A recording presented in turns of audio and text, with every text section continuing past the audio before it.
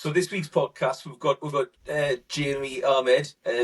Jamie's a former professional wrestler turned customer acquisition athlete, co-owner and director of Black Tip Social, paid ads acquisition agency for business coaches. And so this is a fascinating video for me. Jamie was a pro wrestler for 20 years, working across Europe with the WWE. And it was on his time on the road that he stumbled across Facebook ads and's been running ads ever since. Now that's I I can't do the justification of the talk I was at, and Jamie had a full ring walk, birthday, and sort of the energy was absolutely pumping. I can't quite do that on the podcast here, but Jamie, thanks for coming on the podcast. No problem. Pleasure, mate. Absolute pleasure. And obviously in keeping with our how we like to look at people's journeys and how they've gone, like, how they've gone through life and ended up making a success of their business. Obviously you've got a fantastic story, so can you fill us in on your journey and how you've got to where you got to? Yeah. I don't know how fantastic I would consider it, but I can certainly fill you in.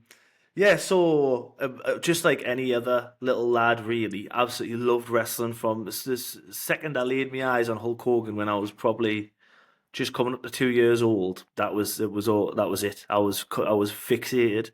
Um, some young lads, when you get to like that teenagers or whatever, they might discover something else, or they start discovering girls and they kind of grow out of it, whatever it might be. I never lost it at all. And it just, in fact, as I got older, the passion grew stronger. I was very lucky enough to have two incredible parents that just absolutely pushed us and drived us and said, don't ever let go of it and just continue to chase it and fight it. And I did. Chased and chased and chased it, did really well. In 2013, we managed to get on and start working for the biggest wrestling company in Europe. It's actually one of the oldest in the world. I think it's about 55 years old now at the moment. It was called All Star Wrestling, still running very strong today.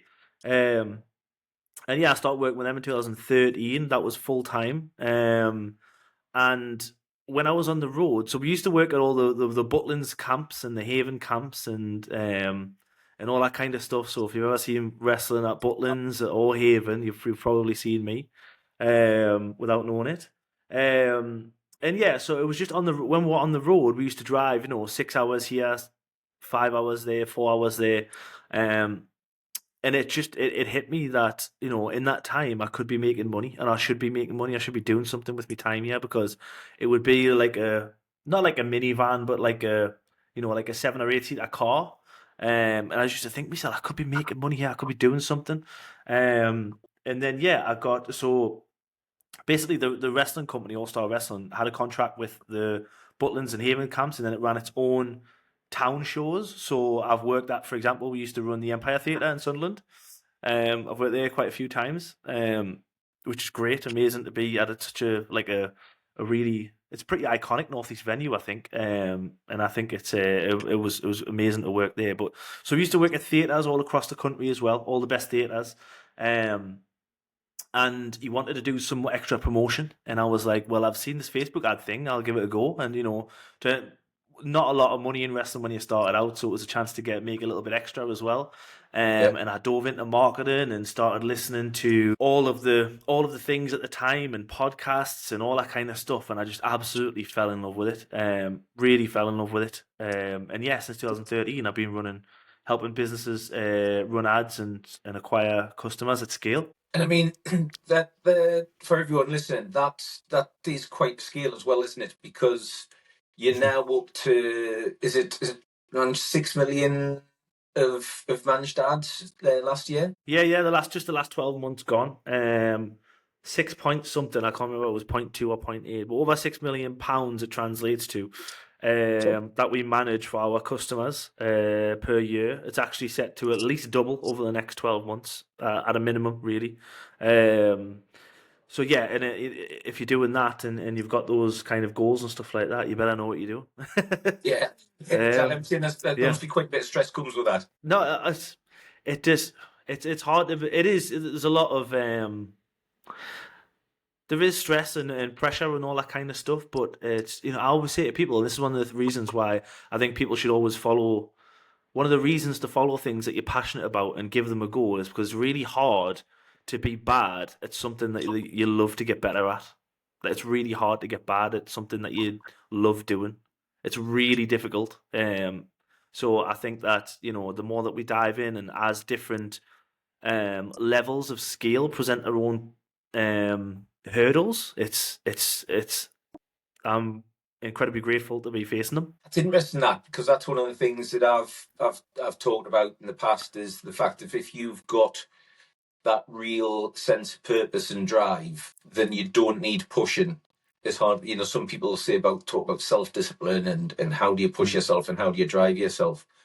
But Mm. if you've got that underlying purpose in what it is that you're doing and why you're doing what you're doing, then you don't need pushing as hard, because you want to keep learning more and you want to keep pushing harder. Yeah, yeah, and it's that becomes the passion of it. That is part of the passion, is that push and that drive, and it's sometimes it leads to them late nights, but as the saying goes, if you love what you do, you'll never work a day in your life. I'm not sure if it's true yet, but yeah, it's not that some and days so don't feel like work. and so with that amount of money spent, do you have Black Friday, things like that? Do you have absolutely crazy periods? Yeah, yeah, yeah. So, yeah, the lots of that. We used to work solely in e-commerce, which is nuts for Black Friday, as you can imagine. Like, people selling, we used to work with businesses that would sell false tan or self tanner, as they like to call it. People that did car washing accessories, all things across the board. Um, and I think that kind of the e-commerce industry and paid ads really crafts you for most things, because it's so heavy. Because one business could have 1,000 different products that you've got to market. So there's a lot of work, and on things like Black Friday, there's a lot of work that goes into them. The thing that I love about coaching is that it allows us to hone in deeper, because there's normally a maximum of what, maybe 3 or 4 offers per business. And it allows you to just focus and concentrate on the depth of the messaging, and how the emotions of the messaging, really. Because again, if somebody's buying something like something to wash the car or a false tan, they're spending 20, 30, 40, 50 quid a time. um but when you're selling high ticket coaching, and someone's investing 2, 3, 4, sometimes $15,000, there's a lot of emotions and a lot of things that you have to accomplish in order to get them over that line. So it really lets you dive deep into the emotion and the messaging, and that's a part of that I love. And is that, you said, I noticed you said dollars there. I Mhm. think quite a high percentage of your clients are overseas, aren't they? Is that right? Yeah, all of them, funnily enough. Not by an attempt or anything of the notion, just by chance. We work with clients in the US and Australia. We just, yeah, if a UK client comes along, obviously we'll happily take them. The client calls are at a much healthier time from his schedule, I can tell you that, if they're in the UK. But yeah, it's yeah, just not on purpose, at least, anyway.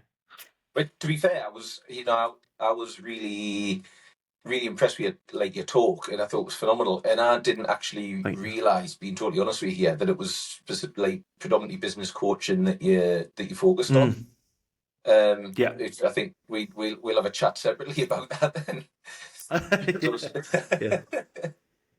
We've got a yeah. We worked in a we used to work strictly in e-commerce, and we decided to go. We ended up just taking on a coaching client, through, how it is, where sometimes when you're just taking an opportunities land on your lap, and you think, right, we Yeah. could do really well for these here. And we took this client on in 2021, and in this year just gone.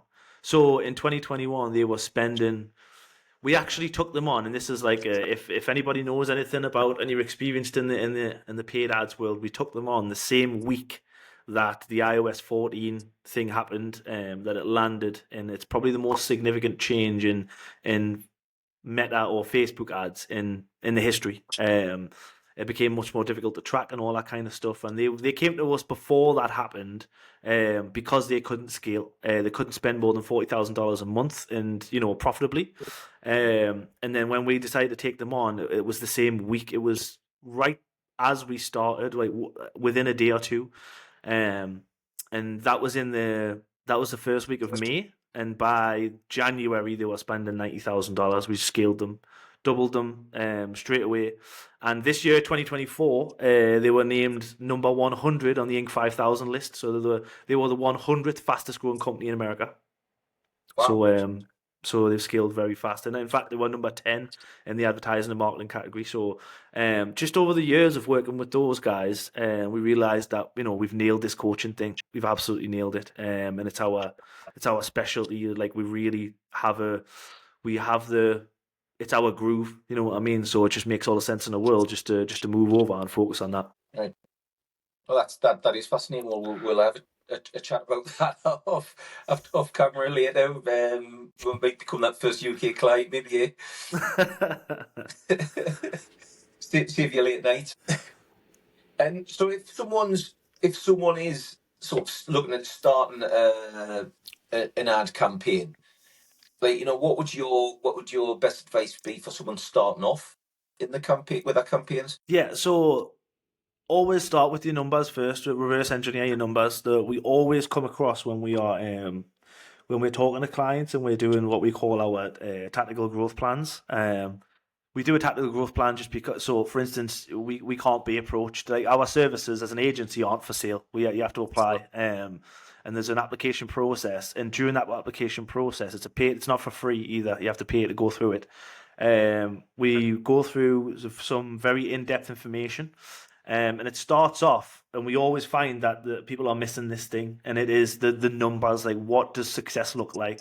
And we don't just mean like, if I could get this many sales, that would be great. It means like, right, what is your conversion rate on leads? How much can you afford to pay for a lead? And it's surprising how many people can't answer that question. And those are the numbers that you need to understand to be able to grow profitably. Look, working in e-commerce, one of the other reasons that we moved out of e-commerce is because we always scale a business to a certain level. And the thing with e-commerce is that once you hit a certain level of revenue, all of a sudden you need a bigger warehouse, you need more stock. Cash flow management is a lot harder because of all those things. And essentially, what we found and this is absolutely not a dig, it's an extremely difficult skill to master, running an e-commerce business, especially a large one. We always found that we'd hit a brick wall in terms of the business owner would need to develop their skills fast in order to basically keep up with the scale that we were bringing. Yeah, And that will be a block. And that kind of taking them through that and teaching them that really allowed us to learn how to connect marketing and finance and be able to, profitably predict success at the end of the next month, rather than just react to it on a profit and loss when it's too late and all your bills are paid and the revenue's already landed and you can't do anything about it. So start with your numbers, because you need to know, I'm paying this much for a lead right now. In 30 days, I'm going to make or lose this much money if this keeps up. You've got to know these numbers. So always start with your numbers. Don't start with I've seen a fancy ad and I want to copy it. Tends to be like yeah, the running theme. You've got to start with them lead numbers. How much does it cost you to acquire? How much can you afford to pay for a lead based on what your sales process is, what your sales conversion rate is, what's your capacity? We'll often find that we've done this a couple of times, that people have came and said, "Oh, I just want to grow this much and do all of this and like hit this number of customers." And then we'll just say to them, "Can you actually service that many customers?" He says, "Well, I can probably service X amount," but then we back all the numbers out and they end up realizing that they won't be making enough money if they're at capacity. So, there's a lot of you've got to get those numbers right, otherwise you just are wandering around in the dark. yeah, So always start with those numbers, and then start with the solution to your customers, what we call bleeding neck problem. So don't just think about how you're going to help them. Think about how you're gonna massively transform them, into and dig into the emotions of that. So Yeah, it's about making sure that you understand what people want and why they want it and how your service provides that. So, for example, instead of there's a famous example, I think I mentioned this in the talk, is that nobody wants to buy a drill. What everybody wants is a hole in the wall. Yeah. That's quite a famous example. So you've got to do the why. That's why we kind of came up with the so what method that we went through. So find out what it is. Make a list of your features and your benefits, which is quite a common thing, and then take those benefits and then ask "so what" 5 times, and you'll eventually come to something that is much more meaningful. And it helps you dig to the emotions easier. Can you give an example of sort of going through that so what process? Yeah, Think of as yeah, absolutely. So I think the example that I used in the talk was online meal plans. So a feature and benefit would be, allows you to easily track your calories or find your meals online, which is easy. And then so you ask, so what? And then you say, so what? And it's like, all right, so it's going to help me stay more accountable. So what? All right, so it's actually going to help me hit my goals instead of falling off after 30 days. So what? But so that you'll actually be able to stop hiding from your own reflection when you get out the shower. So what? So that you'll actually be able to go and enjoy shopping again. So what? And then whatever yeah, that means for yeah, that person. You'll also get to emotional level for a customer type. And sometimes that reveals that your customer isn't specific enough as well, because in the example used in the slides that at the talk was, so that'll be the final example was, so I'll finally be able to start dating again or have the confidence to start dating again. Now that is a very different customer if you're talking to somebody that is married or in a relationship, or so you have to get that would be the next step as well. Like before you, if you're assuming you've already got your offer, you need to make sure that your customer type or your avatar, there's a million different names for it, ideal customer profile, customer avatar, whatever you want to call it, making sure that that is very, very specific so that you can talk to that person specifically too. it's brilliant, fascinating. And and so a slightly different topic is it? Are there any challenges you've faced, or what would you say the greatest challenges that you've faced on your journey so far? There's a lot of them, but again, it's one of those things. Is if you love what you're doing, then you kind of it's not until after the fact that you think, "Geez, that was kind of that was quite a that was quite a Yeah, hurdle." In terms of, I don't know, you kind of it's funny when you say challenges and you kind of enjoy them. I tell you The what, biggest challenges, I'll yeah, throw it in here. It's because I'm interested in this one. Is obviously having been the wrestler and having the stage and the performing and everything like that. There's an identity there. Um, how did you manage the transition from the identity of the performer to working in business? yeah, that's a really good question actually. Because so I basically stopped wrestling or retired. I don't really like to say retired because that makes it sound like highly self important. But I stopped wrestling. I had my last match in February of 2022.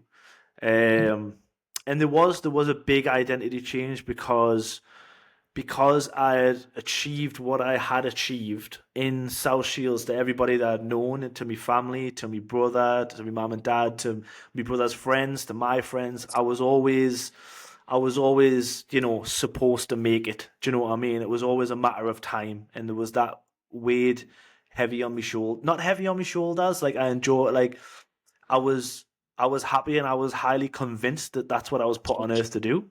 But it wasn't. Yeah, it wasn't until after I quit that I realized that there was an identity shift. And I feel like it's all led me to where I'm supposed to be because and I tell you for what, I'm not really sure that I believe in fate or destiny, whatever you want to call it. But in a chance encounter when I was working in Butlins at Bognor Regis in 2016, on my birthday, actually, I happened to bump in. I happened to turn a corner on a night time.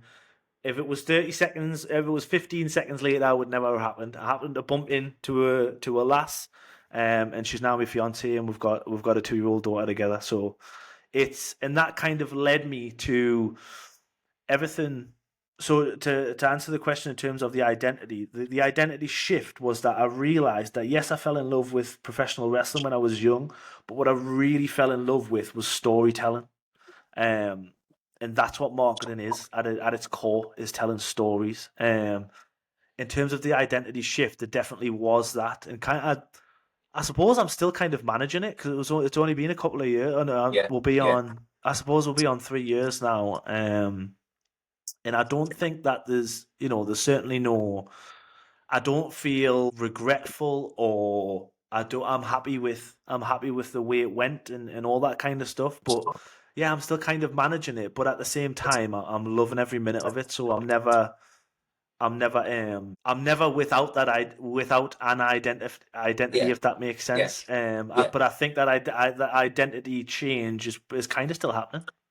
I think that's the thing with you having that passion and drive going into the business, and Hmm. then you've had that period of it's gone from one to almost blending into another, and you in that the story, as you say, the storytelling of the wrestling going into the marketing as well. It's still there a bit, but Hmm. it is something that certainly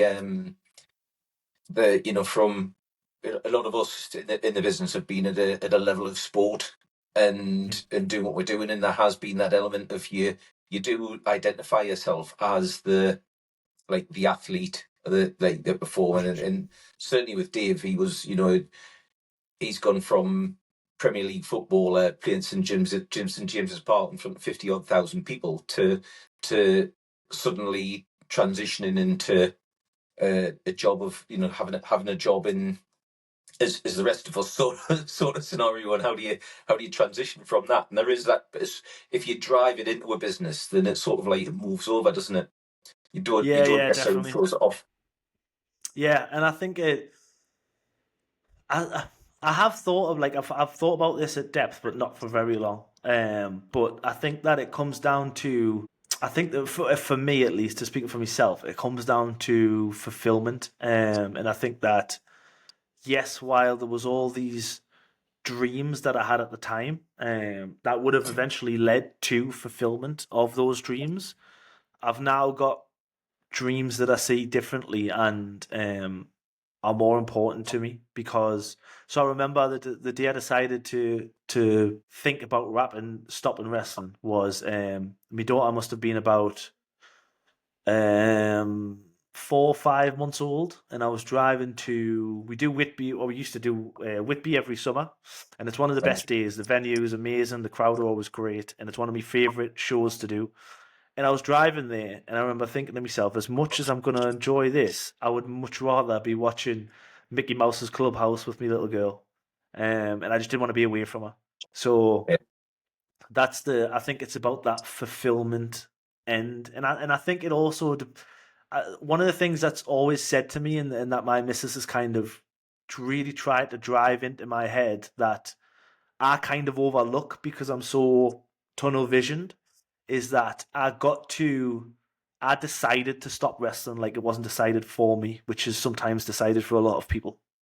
yeah, yeah, I got to end it on my own terms, which is really important, and I made sure I got to wrestle one of my best mates, and that's how I envisioned it when I was wrestling, and I was thinking to myself, I'm going to be on the big time and all that, and I always wanted to say to myself, right, when I've came back down to earth and I'm the star that was a star 20 years ago, I want to have my last match with this particular person, my mate Michael. I want to have my last match with him because we just have such a good laugh and we got good chemistry and we kind of started out together.